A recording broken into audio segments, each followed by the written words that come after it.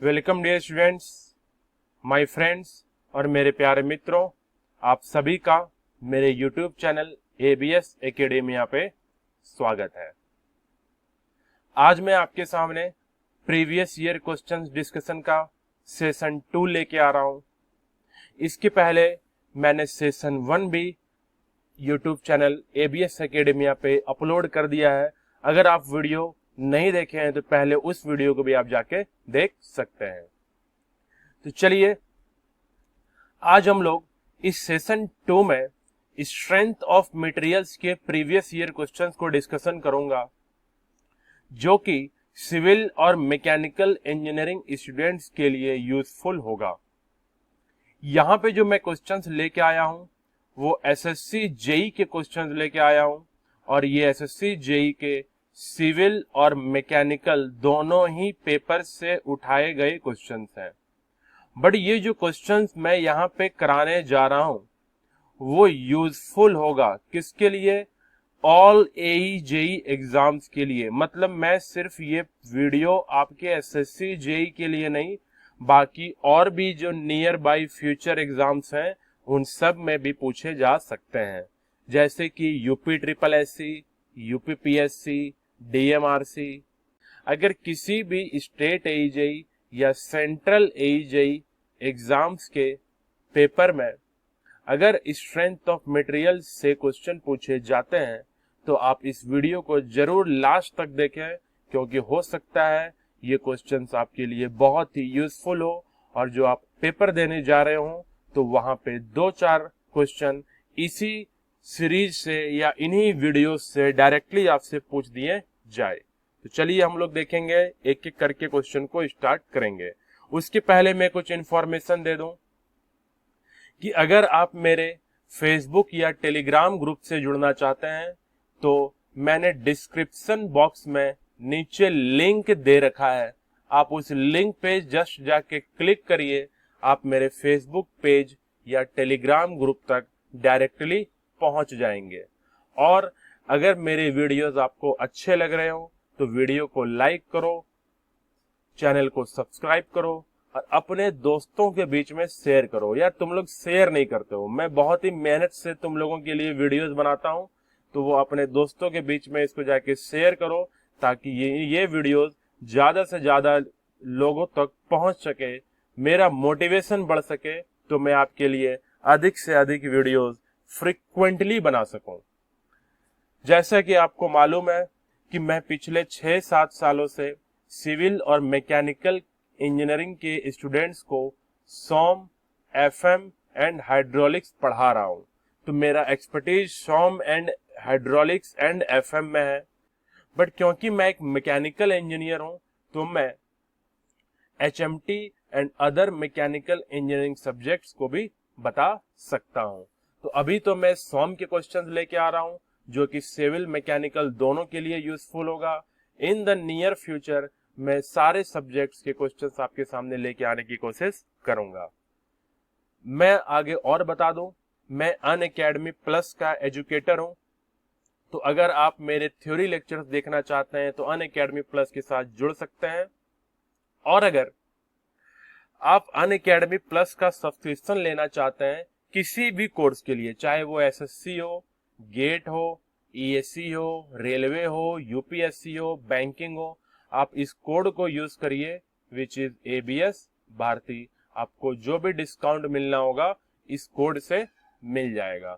I hope इस videos को आप लास्ट तक देखेंगे, क्योंकि मैं क्वेश्चन अब आपके सामने लेके आ रहा हूं। तो चलिए चलते हैं, एक एक करके हम क्वेश्चन को सॉल्व करते हैं। बट एक चीज और बता दूं, टोटल 40 क्वेश्चंस हैं। तो जो भी स्टूडेंट्स इन वीडियोस को खुद के प्रैक्टिस के लिए भी देख रहे हैं, तो जब क्वेश्चन तुम्हारे स्क्रीन पे आता है तो वीडियो को कुछ सेकंड्स के लिए पॉज कर दो, क्वेश्चन को रीड करो, खुद से सॉल्व करो और फिर वीडियो को प्ले कर दो, और देखो जो तुमने सॉल्व करा है क्या मैंने सॉल्व करा है वो मैच कर रहा है या नहीं कर रहा है। हो सकता है आंसर सही हो, तो क्या मैंने कुछ एक्स्ट्रा ऐसी बात बताई है जो तुम्हें नहीं जानते थे, नोट डाउन कर लो। ठीक है, तो चलिए चलते हैं, एक एक करके क्वेश्चंस को स्टार्ट करते हैं। तो इससे तुम्हारा भी प्रैक्टिस होता रहेगा और साथ में जो भी नई चीजें बताऊंगा वो अपने नोट्स में लिखते भी चलते रहना। तो देखिए, ये जो पहला प्रॉब्लम है, ये बोल रखा है the Young's modulus of a wire is defined as the stress which will increase the length of wire compared to its original length. तो जो वायर का यंग्स मॉडुलस है उसको मैं इस तरीके से डिफाइन कर सकता हूं कि वो एक स्ट्रेस है जो कि वायर के लेंथ को बढ़ाता है, which increases the length of the wire compared to its original length. पूछ रहा है कि उसके ओरिजिनल लेंथ के रिस्पेक्ट में मैं कितने लेंथ को बढ़ाऊंगा ताकि आप यंग्स मॉडुलस को डिफाइन कर सको। तो कंपेयर टू ओरिजिनल लेंथ चार ऑप्शंस दिए हुए हैं कि हाफ इंक्रीज इन लेंथ होगा, या सेम अमाउंट, या डबल, या 1/4 होगा। You know the formula of Young's modulus. First of all मैं फॉर्मूला लिख लेता हूं, which is stress upon longitudinal strain.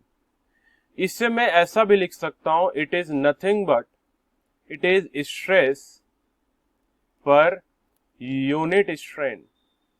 ये क्या है? Young's modulus stress per unit strain है। अब देखो, जब यूनिट स्ट्रेन की बात हो रहा है देन यूनिट स्ट्रेन मतलब लॉन्गिट्यूडिनल स्ट्रेन 1 होना चाहिए, और 1 तभी होगा जब मैं लॉन्गिट्यूडिनल स्ट्रेन का फॉर्मूला पहले लिखूं, change in length upon length. ये तभी पॉसिबल है when original length is equal to your deformation, जब चेंज इन लेंथ उतना ही हो जाए जितना बॉडी का ओरिजिनल लेंथ था। मतलब कि यंग्स मॉडुलस एक ऐसा स्ट्रेस है जो कि यूनिट स्ट्रेन देता है। इसका मतलब हुआ यंग्स मॉडुलस एक ऐसा स्ट्रेस है जो कि बॉडी में उतना ही डिफॉर्मेशन देता है जितना बॉडी का ओरिजिनल लेंथ था। Hence your answer will be B, which is same amount. तो ओरिजिनल लेंथ के कंपैरिजन में increase in length same amount का होना चाहिए, तो स्ट्रेन आपका यूनिट स्ट्रेन हो जाएगा। और इस यूनिट स्ट्रेन को प्रोड्यूस कराने में कितने स्ट्रेस की रिक्वायरमेंट पड़ी वो आपका यंग्स मॉडुलस कहलाता है। नाउ नेक्स्ट क्वेश्चन सी, देखिए हमारा सेकंड क्वेश्चन क्या बोल रहा है, a steel rod of cross sectional area 25 square mm connects two parallel walls 5 meter apart. The nuts at the ends were tightened when the rod was heated at 100 degree centigrade. If alpha is given and Young's modulus of steel is given, the tensile stress developed at a temperature of 50 degree centigrade. तो you know the formula of thermal stress. आपको thermal stress का formula मालूम है, and the thermal stress formula is alpha into delta T into E. Tensile stress पूछा है thermal due to temperature, तो thermal stress formula में use करूंगा। Alpha सबसे पहले कितना है तो मैं पुट करूं 0.4 times 0.12 into, now in the place of delta T, ये खास ख्याल रखना है। पहले इनिशियल कंडीशन क्या दिया हुआ था ये देखो, the nuts at the ends were tightened when the rod was heated 100 degree centigrade. मतलब जब रॉड को 100 डिग्री सेंटीग्रेड हीट किए थे तो जो नट्स एंड पे हैं, वॉल के एंड पे हैं, वो टाइट हो गए थे। अब मैं अगर इसको कूल डाउन कर दूं, कूल करते हुए टेम्परेचर को मैं कहां पहुंचा दूं, 50 तक पहुंचा दूं, तो 100 पहले था टेम्परेचर, फाइनल 50 टेम्परेचर है, means this temperature delta T will be your 50 into Young's modulus. Young's modulus is 0.2 mega Newton per mm square, but मैं इसको कन्वर्ट करूंगा न्यूटन पर mm स्क्वायर में, बिकॉज यहाँ पे सारे options Newton per mm square में है। तो मेगा न्यूटन को न्यूटन में कन्वर्ट करने के लिए मुझे 10 to the power 6 से मल्टीप्लाई करना होगा। When you will solve this, you will get 120 Newton per mm square, which is mega pascal. अब क्योंकि टेम्परेचर 100 से 50 था, मतलब कूलिंग था, तो कूलिंग के कंडीशन में जो स्ट्रेस प्रोड्यूस होता है वो टेंसाइल होता है। तो सही है, क्वेश्चन में नेचर तो आपसे पूछा नहीं है, नेचर वो दे रखा है द टेंसाइल स्ट्रेस, मैं डायरेक्टली आंसर बताऊंगा which is 120 mega pascal. I hope ये क्वेश्चन आपको समझ में आ गया होगा। नाउ तीसरा question, if AB and AC are the cross section of bronze and copper bars of equal length, मतलब दो बार है ब्रॉन्ज और कॉपर का, दोनों का लेंथ सेम है और दोनों का अलग अलग एरिया दिया हुआ है। अब बोला है if sigma C and sigma C are their respective stresses due to load P, P load लगाने पे दोनों बार्स में sigma C and sigma B अलग अलग स्ट्रेसेस प्रोड्यूस हो रहे हैं इन द रिस्पेक्टिव बार जब मैंने लोड पी लगाया था।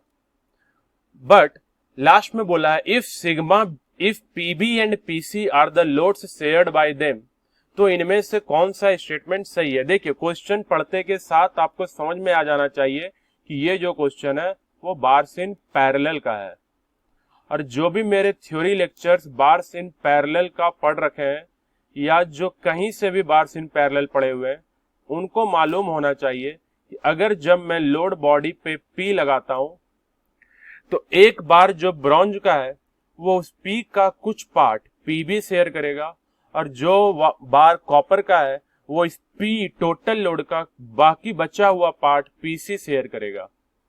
तो मैं बाय द गिवन कंडीशन जो आपको बॉडी देख रहा है उसको देखते हुए मैं पहला इक्वेशन लिखता हूं कि जो टोटल लोड है वो nothing but PB plus PC है। This is the first equation, मतलब बी तो आपका सही होगा ही।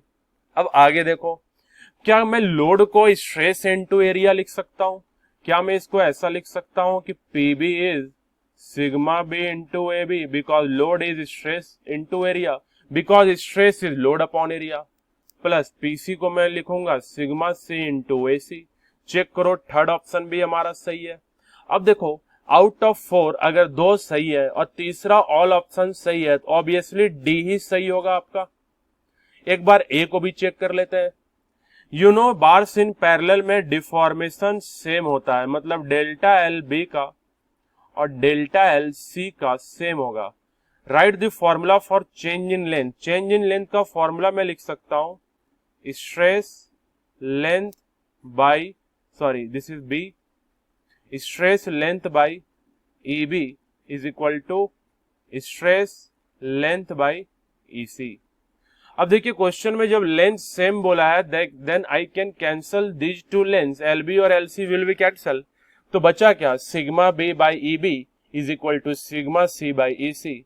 अब मैं सिग्मा बी और सिग्मा सी को एक साइड ले जाऊं then you will get E B by E C. इसी इक्वेशन को मैं ऐसा भी तो लिख सकता हूं कि this is sigma B by sigma C which is E B by E C, hence A B आपका सही हो गया। तो मतलब क्वेश्चन नंबर 3 जो बार्स इन पैरेलल का कंडीशन है, अगर आप क्वेश्चन को पढ़ के एक बार में पकड़ लिए कि ये बार्स इन पैरेलल है तो आप एक एक करके इक्वेशन को चेक करते चले जाओगे, देखोगे सारे ऑप्शन सही है, मतलब all options are correct. Now question number 4। Question 4 में बोला है what is the limit of Poisson's ratio. Option 1 is 0.1, 0.2, 0.3 and none of these. You know the Poisson's ratio का जो लिमिट होता है वो -1 से लेके 0.5 होता है, या एक दूसरा आंसर भी पॉसिबल है, या 0 से 0.5 होता है। अब इन चारों टर्म्स में से कोई भी टर्म यहाँ पे ऑप्शन में नहीं दिया है, मतलब न लोअर लिमिट अपर लिमिट तो बोला नहीं है, तो मैं चारों में से चेक कर लूंगा क्या कोई दिया है, नहीं दिया हुआ है, मतलब none of these will be your answer. ठीक है, नाउ सी क्वेश्चन नंबर 5, बहुत ही बढ़िया क्वेश्चन है। क्या बोल रहा है, a compound bar consists of 2 bars of equal length. 2 bars हैं, दोनों का लेंथ सेम है। Steel bar cross section, steel bar का क्रॉस सेक्शन दिया हुआ है, एंड ब्रास बार का भी दिया हुआ है। These are subjected to a compressive load of 100 into 10 cube Newton. एक लोड दिया हुआ है और दोनों ही मटेरियल्स का यंग्स मॉडुलस गिवन है, बोला है स्ट्रेसेस डेवलप्ड आर। तो देखो जब इस प्रकार के क्वेश्चन से तो ऑब्वियसली ये बार्स इन पैरेलल का क्वेश्चन हो गया। तो मैं सबसे पहले क्या करता हूं, दोनों के डिफॉर्मेशन को इक्वेट कर देता हूं। डिफॉर्मेशन किसका, स्टील का, और डिफॉर्मेशन किसका, ब्रास का। तो मैं डिफॉर्मेशन को ऐसा लिख सकता हूं sigma S L S by E S is equal to sigma B L B by E B. Now see the question, question में बोला है इक्वल लेंथ, मतलब ये लेंथ विल गेट्स कैंसल, तो your equation will be sigma S is equal to sigma B into ES by EB, और आपको मालूम है ES है 0.2 और EB है 0.1, मतलब ये रेशियो यहाँ पे क्या आ जाएगा, 2 आ जाएगा, दिस रेशियो विल बी 2। तो मैं यहां से एक रिलेशन मिल गया, सिग्मा एस जो है वो 2 टाइम्स ऑफ सिग्मा बी है। This relation you have to use further, आगे इसको यूज करूंगा। तो sigma S is twice of sigma B. Now जो पहला इक्वेशन मैंने डिफॉर्मेशन को इक्वेट करा के सॉल्व करा, अब मैं चलता हूं टोटल लोड पे। टोटल लोड पे देखिए यहाँ पे जो टोटल लोड है, इस टोटल लोड को मैं कैसे लिख सकता हूं कि ये टोटल लोड आपका है 100 into 10 cube is equal to PS plus PB, और PS plus PB, PS can be written as sigma S AS और PB can be written as sigma b AB.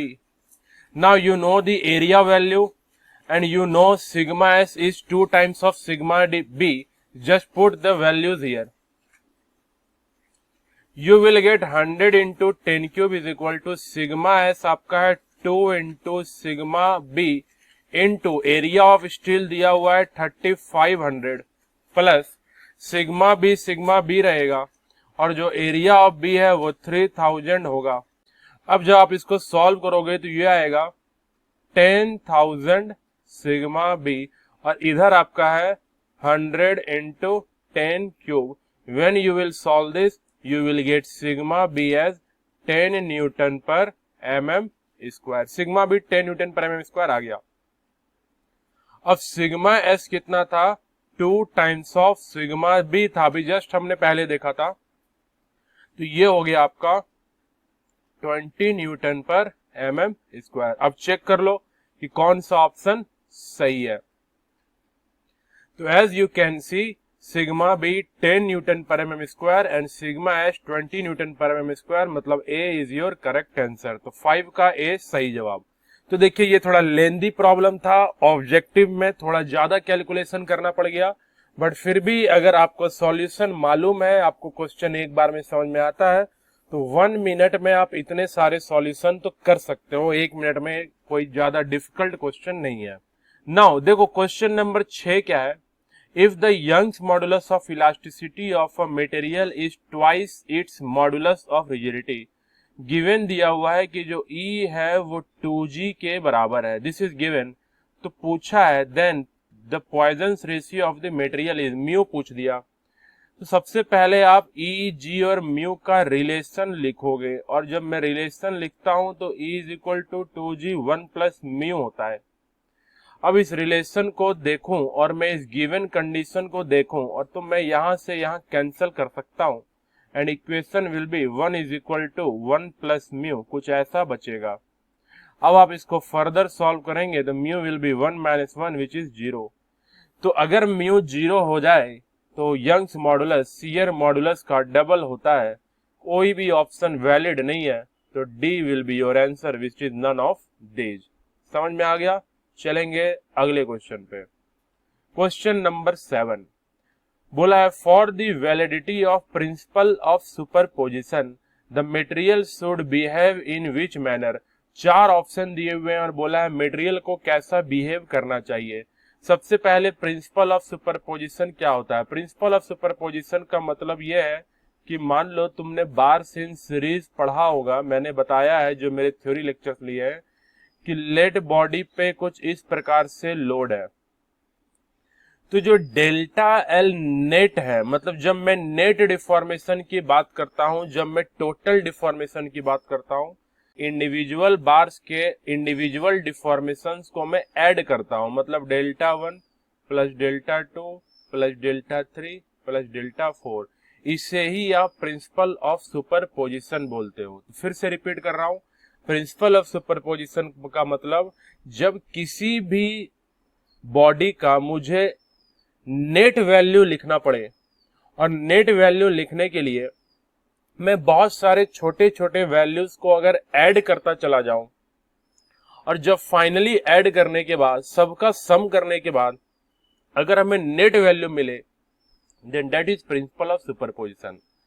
तो ये प्रिंसिपल ऑफ सुपरपोजिशन वैलिड होने के लिए material कैसा होना चाहिए? तो material must be linear and elastic. ये तुमने एजम्पशन ऑफ सॉम में पढ़ा होगा।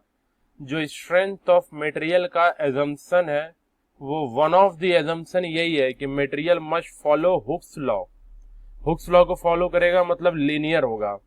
And material must be loaded with in elastic limit, या मैं बोल सकता हूं material must be perfectly elastic.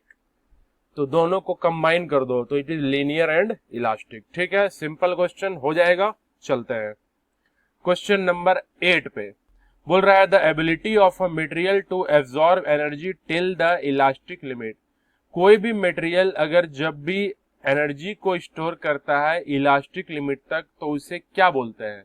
Ductility बोलते हैं? नहीं। मैलिएबिलिटी? नहीं। इलास्टिसिटी? नहीं।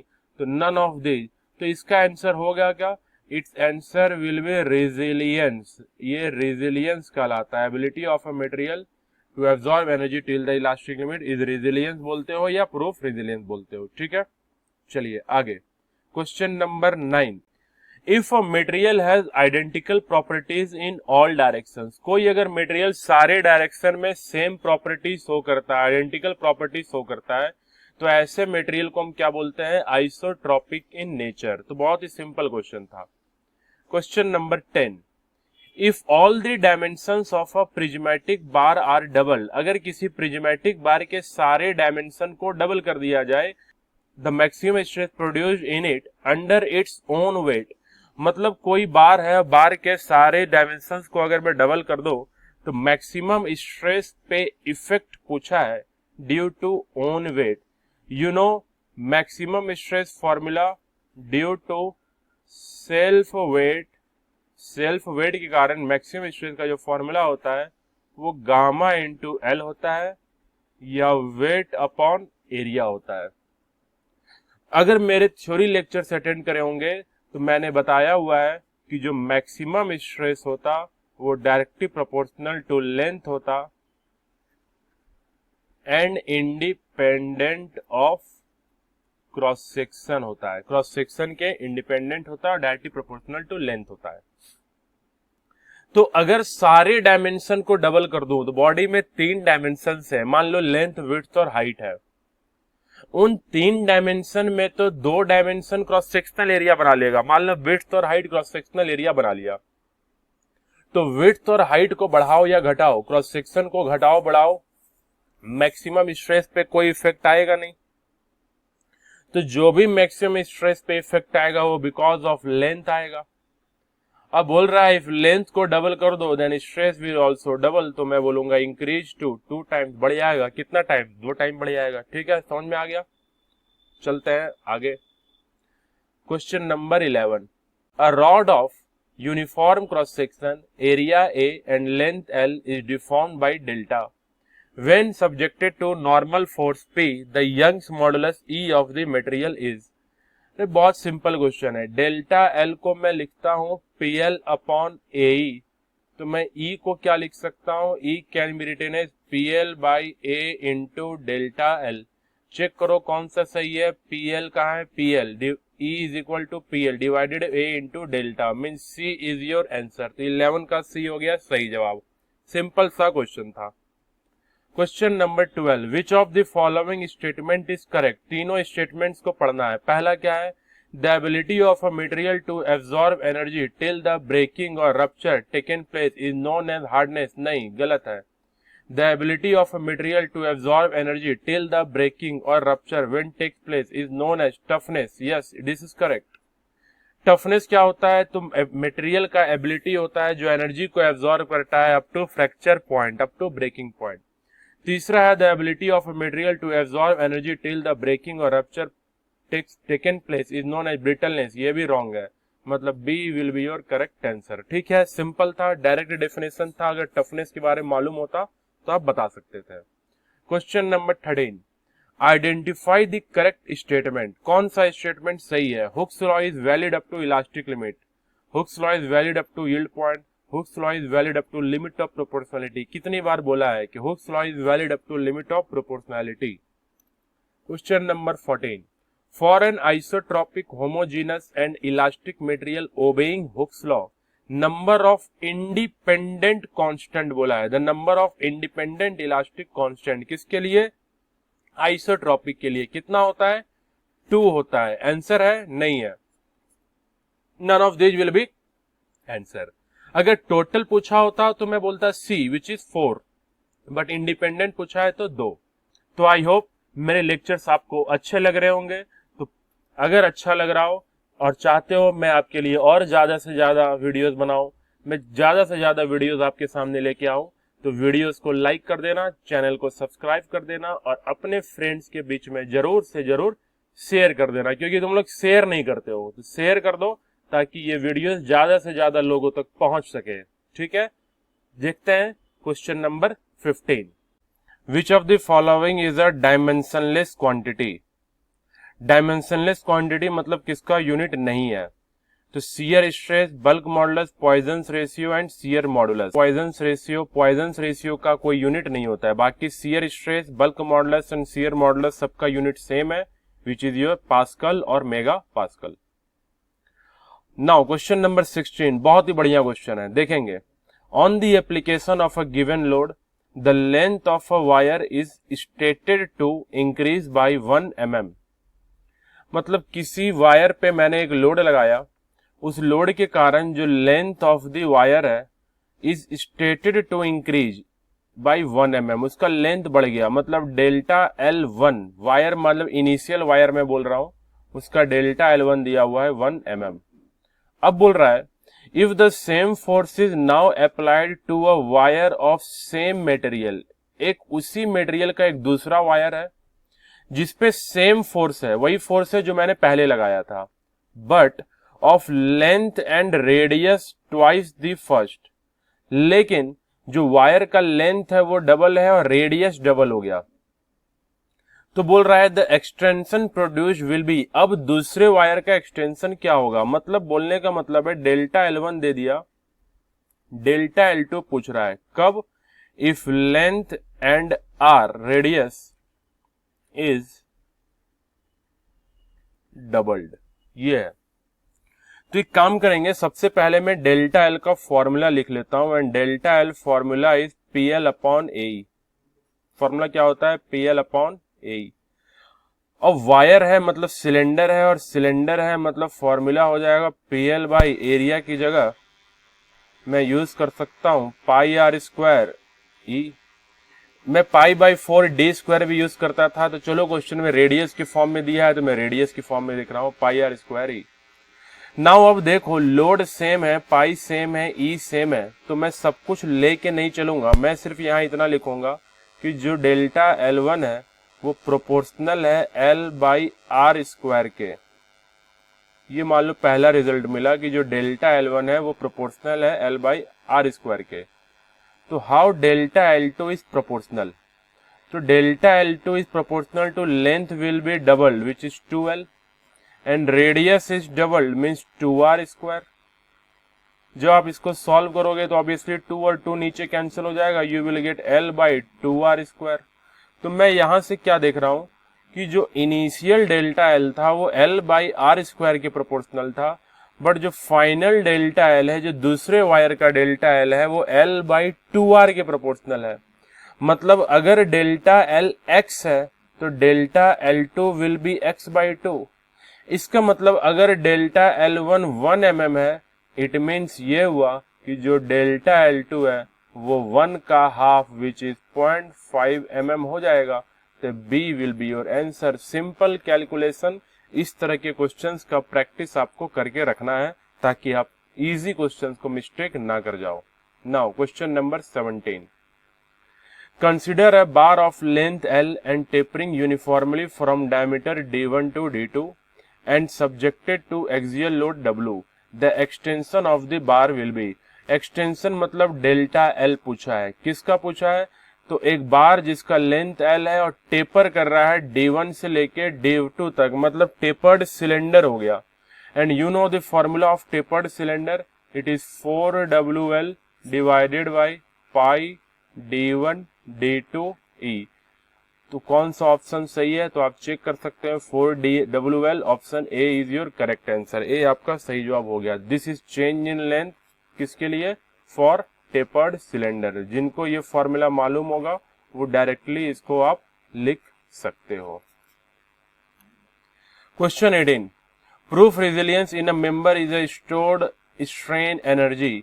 प्रूफ रेजिलियंस किसी मेंबर में एक स्टोर्ड स्ट्रेन एनर्जी है, बट वो स्ट्रेन एनर्जी का जो स्टोरेज है वो कैसा है, पर यूनिट वॉल्यूम है, per unit area, in whole volume है, या पर यूनिट लेंथ है। तो proof resilience is energy stored in whole volume, because proof resilience formula is sigma EL square by 2E into volume. मतलब ये हुआ कि जो proof resilience is directly proportional to volume. मतलब एक बॉडी का जो वॉल्यूम है, पूरे वॉल्यूम में कितना एनर्जी स्टोर करता है, उसी को आप बोलते हो proof resilience. Question number 19, Poisson's ratio is used in. Poisson's ratio को हम कौन से बॉडी पे यूज करते हैं, 1D 2D या 3D। तो obviously Poisson's ratio is ratio of lateral upon longitudinal. मतलब यहाँ पे स्ट्रेन दो डायरेक्शंस की बात हो रही है, एक लैटरल डायरेक्शन की, एक लॉन्गिट्यूडनल डायरेक्शन की। तो 2 डायरेक्शंस मतलब एटलीस्ट 2D तो होना ही चाहिए, 3D भी हो सकता है। Hence D will be your answer. 1D नहीं होगा, जैसे कि एक स्ट्रेट लाइन है जो 1 डायमेंशनल बॉडी है, सिर्फ x है इसमें, y z लगभग 0 है, तो इसमें हम म्यू नहीं लगा सकते हैं, क्योंकि म्यू लगाने के लिए आपको लैटरल और लॉन्गिट्यूडनल का रेशियो चाहिए, मतलब 2 डायमेंशन चाहिए। और 2 डायमेंशन किस में होते हैं, एक तो 2D में और एक 3D में। तो both 2D and 3D will be your answer. Question number 20, read this question. बोला है the resilience of a material is considered when it is subjected to. Resilience, किसी भी मटेरियल का रेजिलियंस को हम कंसिडर कब करते हैं, जब वो सब्जेक्टेड होता है, क्या, frequent heat treatment, fatigue, creep या shock loading. Yes, it is shock loading. तो resilience of material is subjected when it is subjected to shock loading. तो जितने भी स्ट्रेन एनर्जी से रिलेटेड टर्म्स हैं, जैसे modulus of resilience, modulus of toughness, resilience, proof resilience, toughness, ये जितने भी टर्म्स हैं इनको हम तभी कंसिडर करते हैं जब your material is subjected to shock loading. तो चलिए, अभी के हमारे 20 क्वेश्चंस कंप्लीट हो गए, आगे के और 20 क्वेश्चंस अभी बाकी हैं। तो अगर आपको मेरे लेक्चर्स अच्छे लग रहे होंगे तो वीडियो को लाइक कर देना, चैनल को सब्सक्राइब कर देना और अपने फ्रेंड्स के बीच में जरूर शेयर कर देना। तुम लोग अपने फ्रेंड्स के बीच में शेयर नहीं करते हो, शेयर अमंग योर फ्रेंड्स, ताकि लोग ज्यादा से ज्यादा लोगों तक ये वीडियो पहुंच सके। चलिए चलते हैं अगले क्वेश्चन पे। Now question number 21, when a wire is stretched to double in length. किसी वायर को खींच के मैं लेंथ को डबल कर दूं, मतलब जो भी लेंथ ओरिजिनल था उसको मैंने खींच के डबल लेंथ का बॉडी बना दिया, तो ऐसे कंडीशन में the longitudinal strain produced in it is, जो लॉन्गिट्यूडनल स्ट्रेन प्रोड्यूस होगा तो क्या होगा। तो मान लो कि ओरिजिनल लेंथ 1 मीटर है, मैंने इसको खींचा, स्ट्रेचिंग करा, और इसका जो फाइनल लेंथ है वो मैंने 2 मीटर का बना दिया। When a wire is stretched to double in length, 2 मतलब हुआ कि लेंथ को बढ़ा के मैंने डबल कर दिया, विच इज 2 मीटर। तो बताओ अब लॉन्गिट्यूडनल स्ट्रेन क्या होगा। You know longitudinal strain is length final minus length original by length original. तो length final is 2 meter minus 1 meter which is 1 meter divided by original meter which is 1 meter is equal to 1। Then longitudinal strain will be 1। यार आज हमने जो पहला question जो करा था वो यही तो था, यूनिट स्ट्रेन की ही तो बात कर रहा है। जब वायर का डिफॉर्मेशन उतना ही हो जाए जितना उसके ओरिजिनल लेंथ है, उसी को यूनिट स्ट्रेन बोलते हैं। और जब डिफॉर्मेशन उतना ही हो जाएगा जितना उसका ओरिजिनल लेंथ है, तो बॉडी का जो टोटल लेंथ है वो ओरिजिनल लेंथ का डबल हो जाता है। Now read question number 22। If equal and opposite forces applied to a body tends to elongate it, मान लीजिए कोई एक बॉडी है और उस पे इक्वल और अपोजिट फोर्स है कुछ इस प्रकार से, let this is equal P and opposite, एक लेफ्ट में और एक राइट में, जो बॉडी को इलोंगेट करना चाह रहा, बॉडी को खींचना चाह रहा, मतलब वो बात कर रहा है टेंसाइल लोड की, मतलब मैंने एक टेंसाइल लोड लगा दिया, ठीक है, तो बोल रहा है स्ट्रेस कैसा होगा। तो सिंपल सा क्वेश्चन है कि टेंसाइल लोड में जो स्ट्रेस होता है वो कैसा होता है, टेंसाइल स्ट्रेस। 22 भी हमारा हो गया। Now question number 23, The elastic constants E, G and K are related by the expression। E, G और K का कौन सा रिलेशन सही है, तो D is your correct answer, which is E is equal to 9GK by 3K plus G। Simple सा question, direct answer. Question number 24, A rod of length L and diameter D is rigidly fixed at its upper end and hangs vertically। The elongation produced in rod due to self weight W is, change in length पूछा है self weight के respect में, दो formula होता है, एक wait वाला formula होता है WL/2A और एक स्पेसिफिक वेट वाला फॉर्मूला होता है गामा L²/2A। चेक करो कौन सा ऑप्शन है, तो B is your correct answer, मतलब ये वेट वाला फॉर्मूला बोल रहा है WL/2A। Now question number 25, The deformation per unit length in the direction of the force is known as। deformation per unit length in the direction of force, force के direction में अगर deformation पर unit length की बात करता हूं तो वो क्या कहलाता है, this is known as longitudinal strain, जिसे मैं लीनियर स्ट्रेन भी बोल सकता हूं, लॉन्गिट्यूडनल बोलो या लीनियर बोलो, तो option C is correct, which is linear strain. Question 26 क्या है, the value of Poisson's ratio is always less than, mu का जो वैल्यू होता है वो हमेशा लेस देन 0.5 होता है, मैक्सिमम वैल्यू 0.5 हो सकता है, hence B will be your answer. Question 27, stress due to change in temperature developed in a bar depends upon, किसी भी बार में जब स्ट्रेस प्रोड्यूस होगा टेम्परेचर चेंज के कारण, मतलब थर्मल स्ट्रेस, वो डिपेंड करता है अल्फा पे, डेल्टा टी पे और ई पे। चेक करो ऑप्शन क्या है, तो option A is correct, coefficient of thermal expansion. इस अल्फा को कोफिशिएंट ऑफ थर्मल एक्सपेंशन बोलते हैं, ना कि थर्मल कंडक्टिविटी बोलते हैं, बी मत लगा देना। एंड डेंसिटी और पॉइजन्स रेशियो तो होगा नहीं। Now question number 28, ability of tool material to resist shock load और इम्पैक्ट फोर्स, किसी टूल मटेरियल का एबिलिटी इम्पैक्ट फोर्स को रेजिस्ट करना को क्या बोलते हैं। ऑब्वियसली मैंने पहले ही बोला है, शॉक फोर्स, शॉक लोड्स या impact loads are all related to the term related to energy. अब देखो एनर्जी से रिलेटेड क्या है, wear resistance, toughness, red hardness या मैशनेबिलिटी। ऑब्वियसली टफनेस अभी जस्ट बताया था, ठीक है, तो this is toughness is the answer. तो आई होप आपको लेक्चर अच्छे लग रहे होंगे, वीडियो को लाइक कर देना, चैनल को सब्सक्राइब कर देना और अपने फ्रेंड्स के बीच में जरूर शेयर कर देना। चलते हैं क्वेश्चन नंबर 29 पे। रीड दिस क्वेश्चन, बोला है for a material with Poisson's ratio 0.25 ratio of G and E will be, mu दिया हुआ है और आपसे जी और ई का रेशियो पूछा है, तो मैं सबसे पहले ई, जी और म्यू का रिलेशन लिख लूंगा, which is E is equal to 2g 1 plus mu. Now I can write E by G is equal to 2 into 1 plus mu। Now put the values, mu कितना है 0.25, तो 0.25 plus 1 is 1.25 into 2, 1.25 into 2 will be 2.5। Now देखिए यहाँ ratio G and E का बोला है, ना कि E एंड G का बोला है, मतलब हमें इसको इन्वर्स करना होगा, इसका रेसिप्रोकल करना होगा। Then G by E will be 1 divided by 2.5. When you will solve this, you will get answer as 0.4. Hence, A will be your correct answer. ठीक है? Now, question number 30.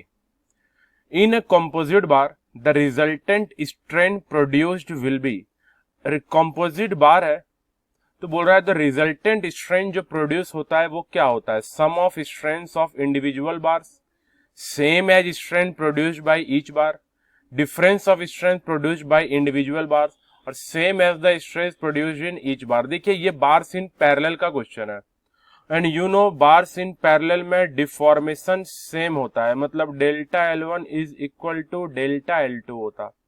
मैं इसको ऐसा लिख सकता हूं कि stress into length by E of first material is equal to stress into length by E of second material. मान लीजिए कि हमने एज्यूम कर लिया कि लेंथ्स आर सेम, क्योंकि मान लीजिए क्वेश्चन में जब कुछ मेंशन नहीं करा है तो मैं लेंथ सेम लेके चलूंगा, and if these two lengths are same then stress by E will be your strain in first material will be equal to strain in second material. तो एक्चुअल में होता तो डिफॉर्मेशन इक्वल है, but क्योंकि option में deformation नहीं है वो स्ट्रेन बोल रहा है, तो मैं ये एज्यूम कर लूंगा कि मान लेते हैं कि लेंथ दोनों का सेम है, then you will get strain equal. So in a composite bar, the resultant strain produced will be same as the strain produced in each bar.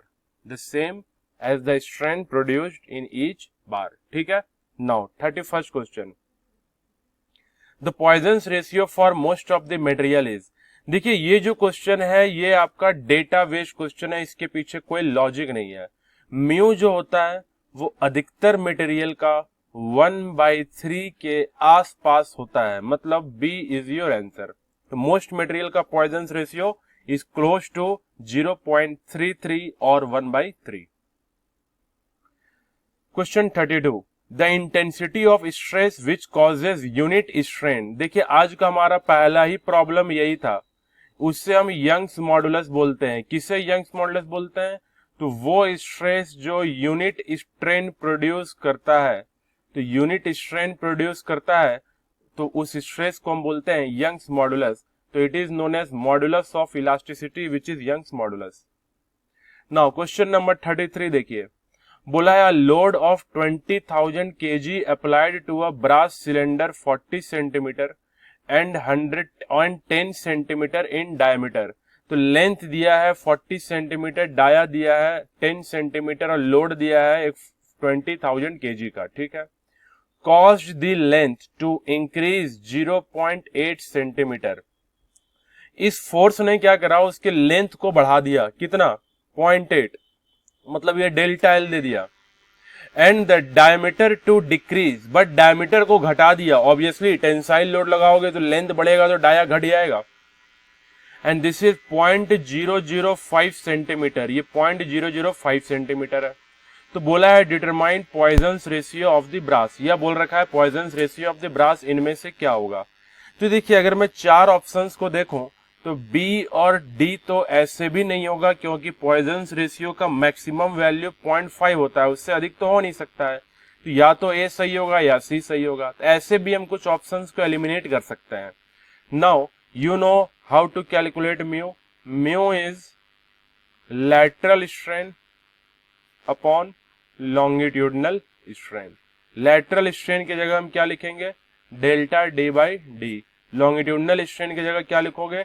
Delta l by l. Load का यहाँ कोई use नहीं है। Now just put the values. What is change in dia? This is 0.005 by original dia. Original dia is 10. Whole divided by change in length is 0.8 divided by original length which is 40. When you will solve this you will get mu, and which will be equal to 0.025. Hence A will be your answer. Now question number 34. If the value of Poisson's ratio is 0 then it means that अगर किसी material का mu 0 है मतलब उस material का जो lateral strain है वो 0 होना चाहिए। तो चेक करिए क्या कोई ऑप्शन है। पहला बोल रहा है मटेरियल इज रिजिड, क्योंकि रिजिड मटेरियल एग्जिस्ट नहीं करता है तो उसका म्यू भी एग्जिस्ट नहीं करेगा।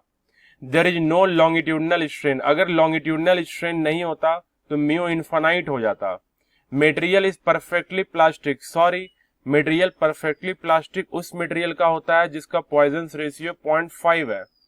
तो नन ऑफ दीज ऑब्वियसली यही ऑप्शन होगा, डी इज योर आंसर।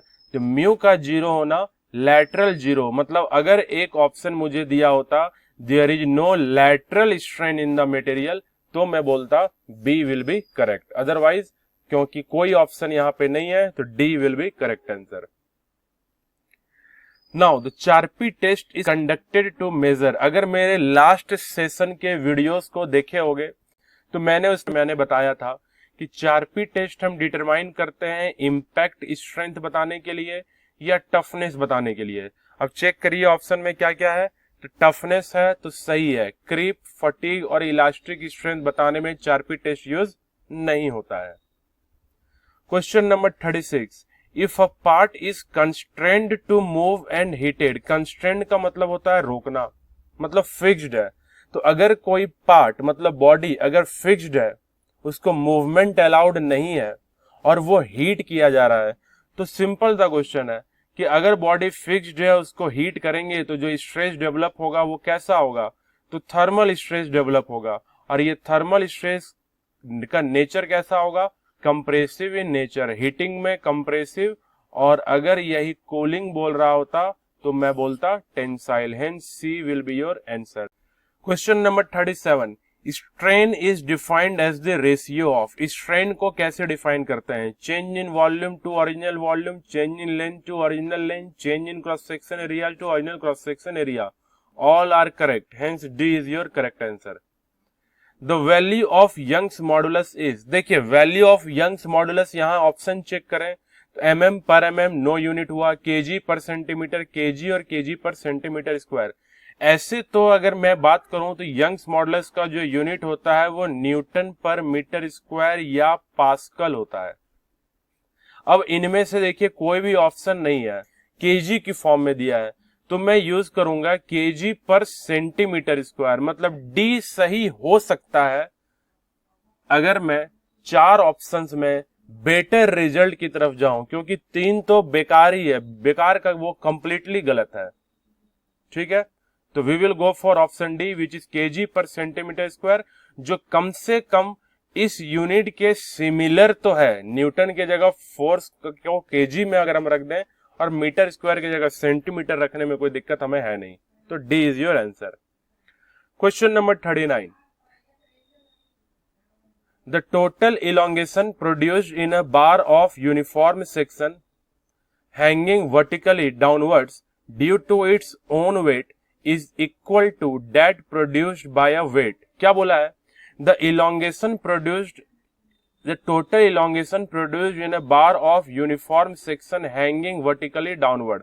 मान लीजिए एक बार ले लेते हैं जो हैंगिंग वर्टिकली है और बोल रहा है ड्यू टू ओन वेट, अपने ही वेट के कारण। मान लो इसका वेट W है तो इसका जो चेंज इन लेंथ आता है अपने वेट के कारण कितना होता है, WL/2A। ये सबको मालूम होगा। अब बोल रहा है ये डिफॉर्मेशन इक्वल होगा, is equal to that produced by a weight of same magnitude as of bar applied at lower end at half the magnitude. सब में देखिए लोअर एंड है, मतलब बोल रहा है कि अगर इसी बॉडी के नीचे मैं एक W लोड लगा दूं, नीचे एक W लोड लगा दूं, तो पता है आपको चेंज इन लेंथ क्या होता है, इट इज WL/A। तो क्या चेक करो, क्या ये डिफॉर्मेशन और ये डिफॉर्मेशन सेम है, नहीं है ना। मतलब सेल्फ वेट का डिफॉर्मेशन अगर WL/2A है तो एक्सटर्नल लोड का डिफॉर्मेशन अगर बॉडी के लोअर एंड पे मैं लोड लगा दूं तो WL/A ही होता है। अब बोल रहा है ये इक्वल होना चाहिए। इक्वल होने के लिए क्वेश्चन इज कि ये W कितना होना चाहिए। तो बताओ अगर मैं W की जगह W/2 रख दूं then the formula will be same. तो अब चेक करो कौन सा ऑप्शन सही है, तो बी सही है। इस स्टेटमेंट को दोबारा से पढ़ लो। The total elongation produced in a bar of uniform section hanging vertically downward due to self weight is equal to that produced by a weight half the weight of the bar applied at the lower end। Means body का जो भी weight था उस weight का अगर हम half weight का load अगर हम lower end पे लगा दें तो deformation दोनों का same हो जाएगा।